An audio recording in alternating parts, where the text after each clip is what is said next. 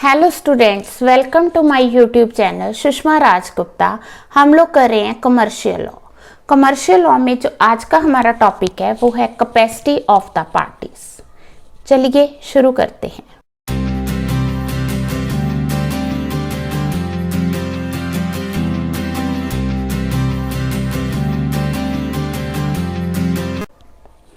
जैसा कि हम जानते हैं कि कोई भी एग्रीमेंट तभी कॉन्ट्रैक्ट बनता है अगर वो दोनों पार्टीज की फ्री कंसेंट से बने, प्लस वो दोनों पार्टीज कंपिटेंट टू कॉन्ट्रैक्ट हैं।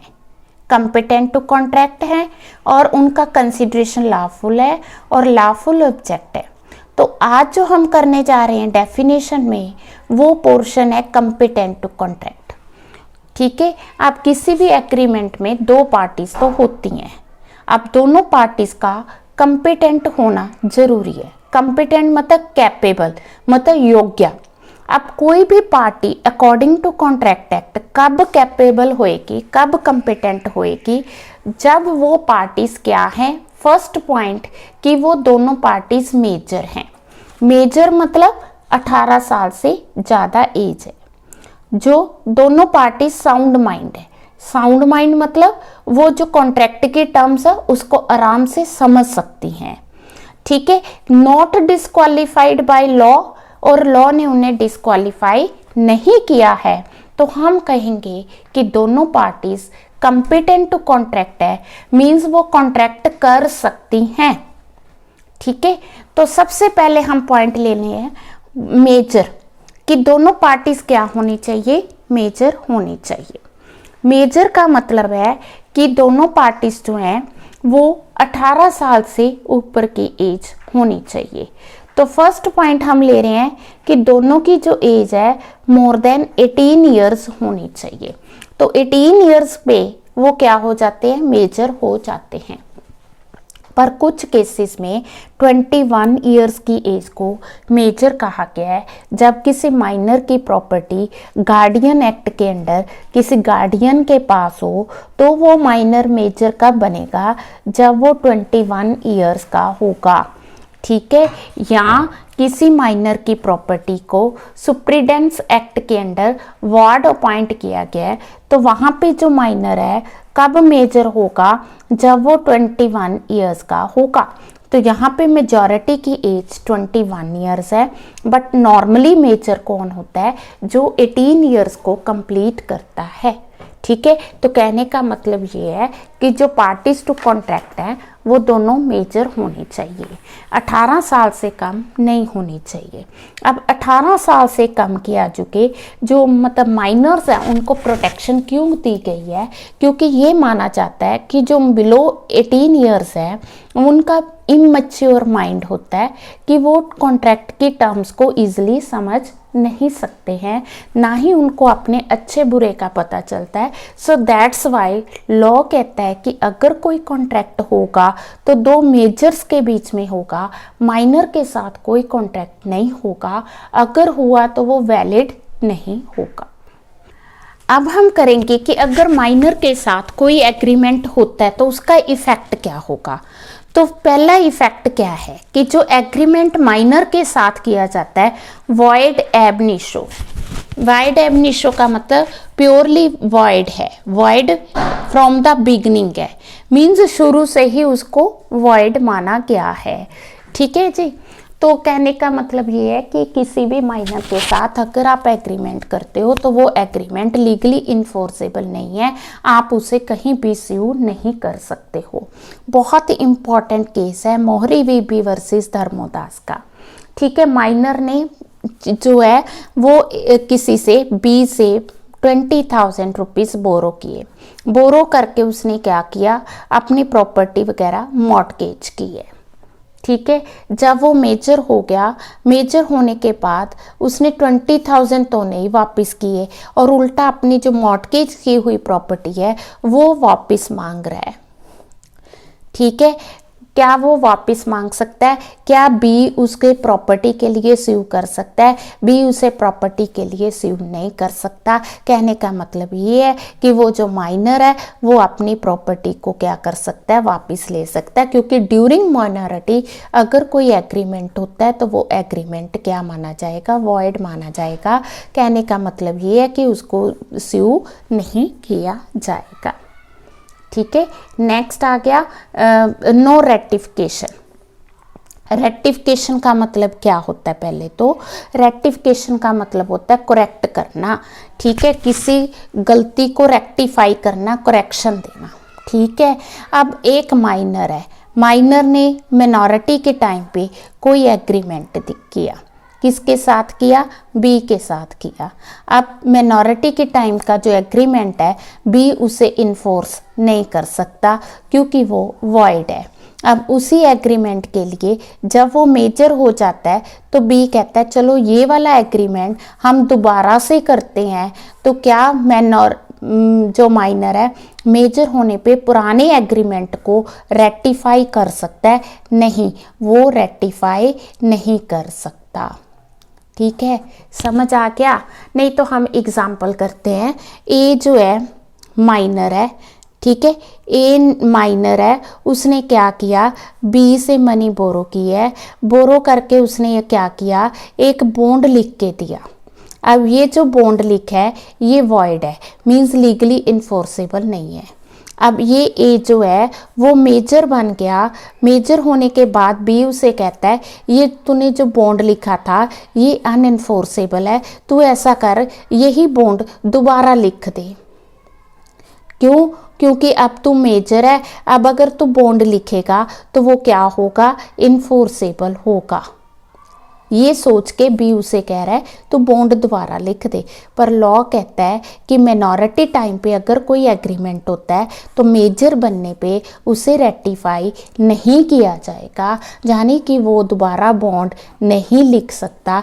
ये जो पहला बॉन्ड है ये ख़त्म हो गया, दोबारा वो लिख नहीं सकता। कहने का मतलब ये है कि अगर माइनर पे नहीं करता तो बी उसे स्यू कहीं भी नहीं कर सकता।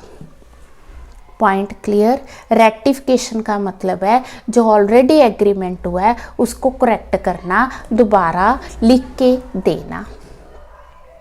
No estoppel against a minor, इसका क्या मतलब है कि अगर कोई माइनर, ठीक है, मिनॉरिटी अपने आप को मेजर शो करके, माइनर अपने आप को मेजर शो करके किसी के साथ कॉन्ट्रैक्ट करता है, ठीक है, अब क्योंकि है तो वो माइनर है, अपने आप को मेजर शो करके फिर किसी के साथ कॉन्ट्रैक्ट करता है, इवन देन वो जो बी है वो इसे स्यू नहीं कर सकता।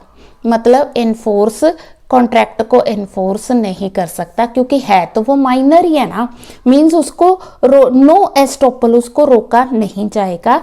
अगर वो अपनी एज को प्लीड करता है, अगर वो अपनी एज को गलत शो भी कर देता है, करके कोई एग्रीमेंट करता है, इवन देन वो अनइन्फोर्सेबल होगा। पर अगर माइनर अपने आप को मेजर शो करके किसी से कोई प्रॉपर्टी एक्वायर करता है, ठीक है, दूसरे बंदे को कोई मतलब चीटिंग कर रहा है, उससे कोई मनी एक्वायर कर रहा है या प्रॉपर्टी एक्वायर कर रहा है, तो वो उसे वापस करनी पड़ेगी। कॉन्ट्रैक्ट को वो इन्फोर्स नहीं कर सकता। पर अगर माइनर ने किसी तरह की प्रॉपर्टी एक्वायर की है या किसी तरह का धोखा दिया है तो उस केस में उसने जो भी सेकंड पार्टी से एक्वायर किया वो उसे वापस करना पड़ेगा। Point clear? उसको हम अपनी एज ज़्यादा शो करने से रोक नहीं सकते, पर उस केस में अगर वो कुछ गलत करता है, मिसबिहेव करता है या चीटिंग करता है, then he will have to क्या उसे वापस करना होगा। Minor can be beneficiary, minor beneficiary हो सकता है। बेनिफिशियरी का मतलब ये है कि जहाँ पे उसे बेनिफिट मिल रहा है वो बेनिफिट जरूर लेगा, जहाँ उसकी लायबिलिटी है लायबिलिटी नहीं हो देगा वो, बट अगर उसको बेनिफिट मिल रहा है तो वो बेनिफिट जरूर लेगा। ठीक है, तो यहाँ पे the general American insurance company का केस है, ठीक है, वर्सेस मदन लाल। तो केस में क्या लिखा है कि उसने कुछ गुड्स को इंश्योर करवाया, किसने, माइनर ने अपने गुड्स को इंश्योर करवाया। हुआ क्या कि जो गुड्स थी वो डैमेज होगी, वो इंश्योरेंस कंपनी के पास गया, कहता कि मेरे को लॉस हो गई है, मेरी लॉस को कंपनसेट करो। अब कंपनी क्या कहती, कंपनी कहती तू तो माइनर है, तेरे साथ किया हुआ कॉन्ट्रैक्ट वॉइड है, सो हम लोग आपको डैमेजेस पे नहीं करेंगे। तो कोर्ट ने ये डिसीजन लिया है कि अगर माइनर जो है बेनिफिशियरी है, ठीक है ना, तो उसको बेनिफिट मिलना चाहिए, मतलब माइनर को बेनिफिट मिलेगा। अगर कहीं पे उसकी लाइबिलिटी अराइज होती, वो लाइबिलिटी नहीं पे करेगा, but he can get the benefit. No specific performance against a minor, हम किसी माइनर को मजबूर नहीं कर सकते कि तो कॉन्ट्रैक्ट की स्पेसिफिक परफॉर्मेंस दे, ठीक है, ना ही उसके गार्डियन को फोर्स कर सकते हैं। पर कुछ केसेस में उसका गार्डियन उसके बिहाफ पे परफॉर्मेंस दे सकता है। कब दे सकता है, जब वो परफॉर्मेंस जो कॉन्ट्रैक्ट है वो गार्डियन के बीच में हुआ हो और वो कंपिटेंट टू, गार्डियन जो है कंपिटेंट टू कॉन्ट्रैक्ट हो, और जो परफॉर्मेंस है that is for the benefit of the minor. In that case specific performance हो सकती है, अदरवाइज नहीं हो सकती, ठीक है। एक बॉन्ड था, माइनर है, उसके फादर की डेथ हो चुकी है, उसकी जो मदर है उसने कोई बॉन्ड एग्जीक्यूट किया है, ठीक है। किस लिए किया है कि उसके जो फादर थे, फादर का कोई डेट था, डेट को पे करने के लिए मदर ने क्या किया, बॉन्ड एग्जीक्यूट किया है। तो यहाँ पे out of the minor's state, यहाँ पे वो मदर जो है बॉन्ड एग्जीक्यूट कर सकती है। क्यों, एक तो मदर जो है वो कंपिटेंट टू कॉन्ट्रैक्ट है, दूसरा वो मतलब कि ऑन बिहाफ ऑफ माइनर कर रही है, तो वो कर सकती है। Can not be partner in partnership firm, minor जो है पार्टनरशिप फर्म का पार्टनर नहीं बन सकता। क्यों, क्योंकि वो इनकम्पिटेंट टू कॉन्ट्रैक्ट है।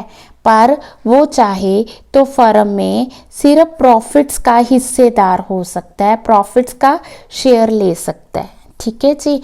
वो मतलब कि वैसे पार्टनर नहीं होगा, he will not be liable, वो किसी भी फर्म के काम के लिए, ठीक है, लाइबल नहीं होगा। Can not be declared insolvent, जो पार्टनर है सॉरी माइनर है, माइनर को इंसॉल्वेंट डिक्लेयर नहीं किया जाएगा, ठीक है, कभी भी उसको इंसॉल्वेंट डिक्लेयर नहीं किया जाएगा, ठीक है। कैन बी एजेंट, माइनर जो है किसी का एजेंट हो सकता है, can be agent of the principal, पर वो पॉइंट वही अराइज हो गया, अगर वो किसी का एजेंट का काम करता है तो उसके काम के लिए लाइबल कौन होगा, प्रिंसिपल होगा, वो कभी भी लाइबल नहीं होगा, ठीक है। Minor is liable for the torts, टोट है सिविल, अगर कोई पर्सन सिविल रॉन्ग करता है, सिविल रॉन्ग क्या है, ठीक है, कोई गलत काम करता है, जैसे यहाँ पे पहले हम एग्जाम्पल लेते कि गलत सी टोट क्या आएगा। जैसे एक माइनर है, उसने अपने फ्रेंड से हॉर्स लिया, उसने क्या किया, फ्रेंड से हॉर्स फॉर राइडिंग लिया कि उसने राइडिंग करनी है, ठीक है, हॉर्स ले लिया राइडिंग करने के लिए, बाद में उसने किसी और को दे दिया, थर्ड पार्टी को हॉर्स दे दिया। अब जो थर्ड पार्टी को हॉर्स दिया उसने क्या किया, जंपिंग की, जंपिंग करने से हॉर्स क्या हो गया, हॉर्स की डेथ होगी। तो यहाँ पे उसने क्या किया, सिविल रॉन्ग किया है, टॉट किया है, तो यहाँ पे वो क्या होगा, माइनर क्या होगा, लाइबल होगा। Point clear. तो अगर उसको हमने हॉर्स दिया, राइडिंग के लिए दिया, अगर वो खुद राइडिंग करता है, राइडिंग के बाद कुछ होता है, देन माइनर लाइबल नहीं है। पर उसने क्या किया, वो हॉर्स आगे थर्ड पार्टी को दे दिया, थर्ड पार्टी ने उसका मिस यूज किया, जिसकी वजह से उसकी डेथ होगी, तो यहाँ पे माइनर क्यों होगा, लाइबल होगा। Point clear. तो टोट के केस में वो लाइबल होगा। Minor can not be a share holder, तो कंपनी का वो शेयर होल्डर नहीं हो सकता। क्यों नहीं हो सकता, because he is not capable to do the contract. ठीक है जी, वो कॉन्ट्रैक्ट करने के कैपेबल नहीं है, तो इसलिए वो शेयर होल्डर भी नहीं होगा। ठीक है, अगर बाय चांस बाय मिस्टेक वो कंपनी के रजिस्टर्स में उसका नाम आ भी जाता है तो उसको निकाल दिया जाएगा। गारंटी फॉर अ माइनर, ठीक है, अगर कोई पर्सन माइनर की गारंटी देता है, अब माइनर तो किसी भी हालत में लायबल नहीं है, पर अगर किसी ने गारंटी दी है और वो पर्सन मेजर है, then he will be liable, he or she will be liable. Point clear? अगर माइनर के लिए कोई गारंटी का काम करता है तो वो लायबल होगा। ठीक है, जॉइंट कॉन्ट्रैक्ट विद मेजर, अगर माइनर किसी मेजर के साथ मिलके कॉन्ट्रैक्ट करता है तो उस केस में माइनर तो कभी भी लायबल नहीं होगा, पर जो मेजर है वो लायबल होगा। ठीक है, उस कॉन्ट्रैक्ट की परफॉर्मेंस के लिए कौन लायबल होगा? मेजर लायबल होगा। पॉइंट क्लियर है? हाँ जी, नेक्स्ट पॉइंट है नेसेसरी सप्लाई टू माइनर। अगर माइनर को किसी भी तरह की नेसेसरी सप्लाई की जाती है, ठीक है, तो उसके लिए माइनर जो है लायबल होगा। ठीक है, अब उसके लिए माइनर कैसे लायबल होगा कि माइनर की एस्टेट पड़ी है, माइनर की एस्टेट में से उसकी पेमेंट की जाएगी। ठीक है, अब नेसेसरीज क्या है, इसको कहाँ पे कहीं पे डिफाइन नहीं किया गया। नेसेसरी जो है depends upon the standard of living. ठीक है, उस माइनर का स्टैंडर्ड ऑफ लिविंग क्या है। ठीक है जी, किसी एक आम बच्चे के लिए, आम माइनर के लिए एक सूट नेसेसरी हो सकती है और किसी राजा महाराजा के बच्चे के लिए क्या है 50 सूट्स या 11 सूट जो है वो नेसेसरी हो सकती है। तो नेसेसरी क्या है? It depends upon the circumstances, it is not fix. ठीक है, तो नेसेसरीज मीन जो सर्वाइवल के लिए उसको गुड्स चाहिए जो है that is known as necessary. तो नेसेसरी में हम लोग लेते हैं एक तो गुड्स आ गई, दूसरा जैसे उसको मेडिकल एजुकेशन सर्विसेज आ गई, तीसरा उन नेसेसरीज के लिए अगर लोन लिया जाता है तो वो भी नेसेसरीज का ही पार्ट है। तो जब भी हमने ये देखना है कि माइनर की एस्टेट लायबल है कि नहीं है, हमने देखना है कि माइनर को जो सप्लाई किया गया क्या वो नेसेसरी है। अगर वो नेसेसरी है तो उसके लिए उसकी एस्टेट लायबल होगी।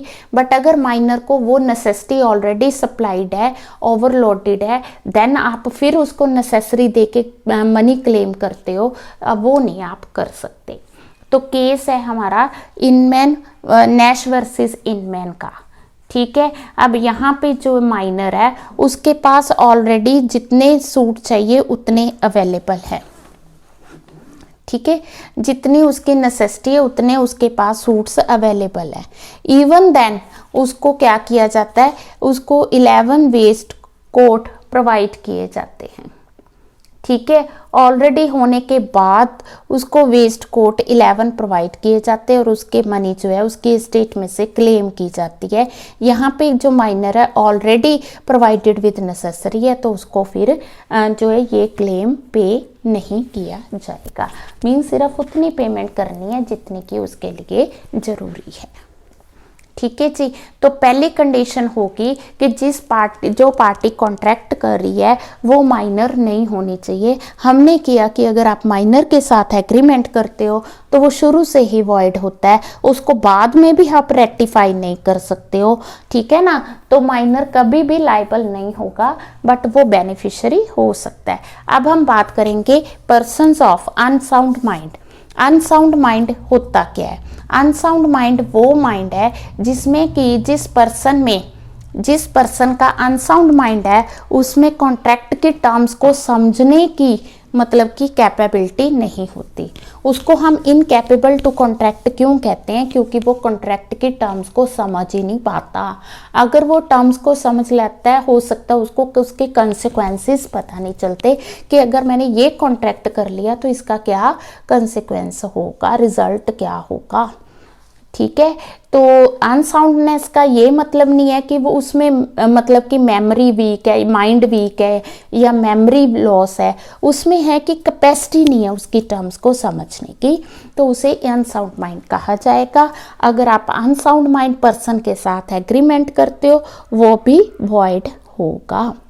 जैसे माइनर के साथ एग्रीमेंट वॉइड है, उसी तरह अनसाउंड माइंड के पर्सन के साथ जो एग्रीमेंट किया जाता है वो भी वॉइड है।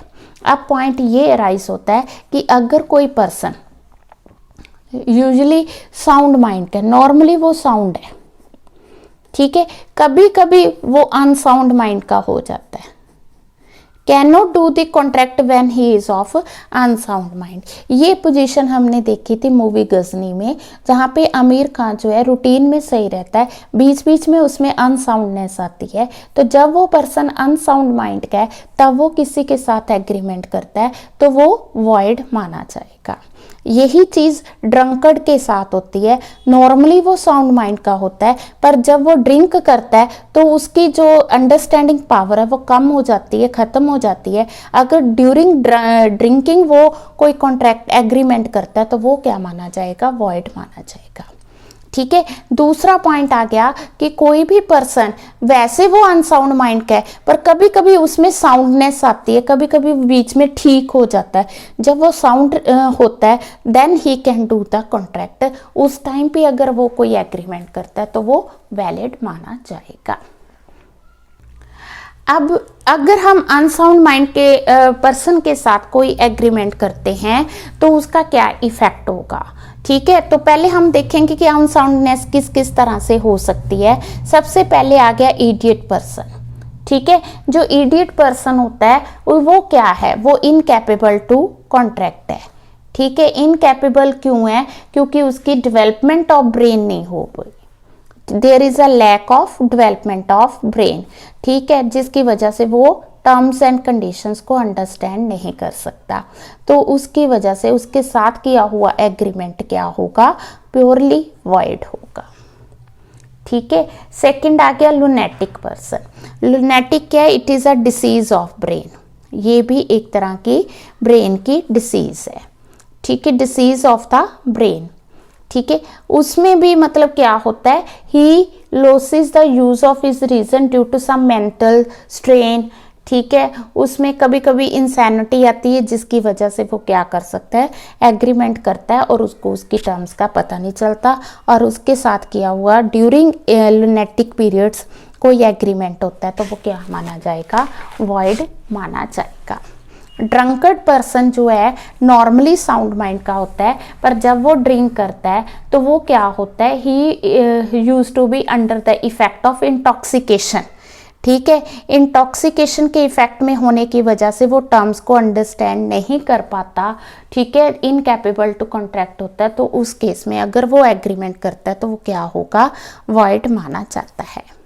इसी तरह से जो हिप्नोटिज्म के अंडर कोई एग्रीमेंट किया जाता है, ये भी टेम्परेरी इनकैपेसिटी है, ये भी टेम्परेरी इनकैपेसिटी है, ठीक है। जब वो असर खत्म हो जाता है then he becomes normal person, ठीक है जी। तो during temporary incapacity he can't do any agreement, ठीक है। देन आ गया मेंटल डिके। मेंटल डिके कोई प्रॉब्लम नहीं है, मेंटल डिके क्यों होता है, ओल्ड एज की वजह से होता है, उससे उनकी अंडरस्टैंडिंग पावर वीक हो जाती है, तो उस केस में एग्रीमेंट किया क्या होगा, वॉइड माना जाएगा, ठीक है। ये तो हो गया वो पर्सन जो कि अनसाउंड माइंड के हैं, जिनकी अंडरस्टैंडिंग पावर कम है। अब हम बात करेंगे वो लोग जिनको लॉ कहता है, डिसक्वालीफाई करता है कि ये कॉन्ट्रैक्ट कर ही नहीं सकते, they are disqualified by the law, ठीक है। लॉ ने उनको डिसक्वालीफाई किया कि अगर ये इनके साथ एग्रीमेंट किया जाता है तो वो वॉइड होगा या वो वैलिड। हाँ जी, सबसे पहले आ गया एलियन एनिमीज, ठीक है। एलियंस जो हैं वो कॉम्पिटेंट टू कॉन्ट्रैक्ट है, they can do the contract with citizens of India, वो इंडियन सिटीजन्स के साथ कॉन्ट्रैक्ट कर सकते हैं। कब कर सकते हैं, ड्यूरिंग द पीस टाइम, ठीक है।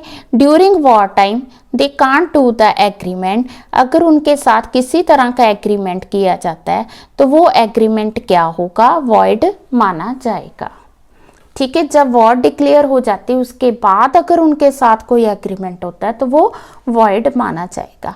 अब पॉइंट ये राइज होता है कि वो कॉन्ट्रैक्ट जो वॉर से पहले किए गए हैं उनका क्या किया जाए, उन कॉन्ट्रैक्ट्स को या तो स्टे कर दिया जाएगा या उनको टर्मिनेट कर दिया जाएगा as per the understanding of the parties. पर ड्यूरिंग वॉर जो एग्रीमेंट होगा वो तो बिल्कुल ही वॉइड माना जाएगा। फॉरेन एम्बेसडर्स, फॉरेन एम्बेसडर्स हर एक कंट्री अपनी फॉरेन में एम्बेसडर्स अपॉइंट करती है। अब इनके साथ जो कॉन्ट्रैक्ट होता है they can do the contract, पर दे हैव द प्रिविलेज, ठीक है, they can claim the privilege of not being sued, means भी उनको स्यू नहीं किया जा सकता, ठीक है जी। कॉन्ट्रैक्ट तो वो कर सकते हैं पर उनको स्यू नहीं किया जाएगा। अब आगे बात कॉरपोरेशन की। कॉरपोरेशन क्या है, it is a artificial person, ठीक है, आर्टिफिशियल पर्सन है in the eyes of law, ठीक। तो ये खुद तो कुछ कॉन्ट्रैक्ट कर नहीं सकता, फिर अगर इसने कोई एग्रीमेंट करना है, कॉन्ट्रैक्ट करना है तो वो अपने एजेंट्स के थ्रू कर सकता है, ठीक है। देन आ गया इंसॉल्वेंट। इंसॉल्वेंट वो पर्सन है जिसकी प्रॉपर्टी सारी जो है वो ऑफिशियल रिसीवर्स के पास होती है, क्योंकि उसके पास अपनी कोई प्रॉपर्टी नहीं है, तो इसलिए वो अगर उसके साथ एग्रीमेंट किया जाएगा तो वो वॉइड होगा। हाँ, जब उसकी प्रॉपर्टी को डिस्चार्ज कर दिया जाएगा, केस खत्म हो जाएगा, उसकी प्रॉपर्टी डिस्चार्ज हो जाएगी, then he can do the contract, ठीक है। कन्विक्ट कौन है, कन्विक्ट वो पर्सन है जो कि इम्प्रिजनमेंट में है। अब ड्यूरिंग इम्प्रिजनमेंट कोई भी पर्सन एग्रीमेंट नहीं कर सकता। हाँ, जब वो इम्प्रिजनमेंट से निकल जाता है on the expiry of the sentence वो क्या कर सकता है, देन वो एग्रीमेंट या कॉन्ट्रैक्ट कर सकता है। देन आ गया प्रोफेशनल पर्सन। प्रोफेशनल पर्सनस को भी जो है एग्रीमेंट करने से रोका गया है, ठीक है। इंग्लैंड में तो बैरियर्स को बिल्कुल ही रोका गया कि वो कॉन्ट्रैक्ट नहीं कर सकते। Even they can't sue for their fees, वो अपनी फीस के लिए किसी को स्यू नहीं कर सकते। कौन, एडवोकेट्स, ठीक है जी। तो ये वो पर्सन थे जिनको लॉ कहता है कि उनके साथ कॉन्ट्रैक्ट नहीं किया जा सकता, या अगर किया जाएगा तो वो वैलिड नहीं होगा। बड़ा अच्छा क्वेश्चन बनता है कैपेसिटी ऑफ पार्टीज का। व्हाट इज द कंपिटेंसी आ गया तो भी यही लिखना है, कैपेसिटी ऑफ पार्टीज आ गया तो भी यही लिखना है। अगर आपको सिर्फ माइनर का क्वेश्चन आ गया तो आप सिर्फ माइनर को थोड़ा ज़्यादा एक्सप्लेन करके और ज़्यादा एग्जाम्पल्स दे के आप इसको एक्सप्लेन करोगे। वीडियोस अच्छी लगी, वीडियोस को लाइक और ज़्यादा से ज़्यादा शेयर करें। अगर अभी तक चैनल को नहीं सब्सक्राइब किया तो प्लीज़ ज़रूर सब्सक्राइब करें।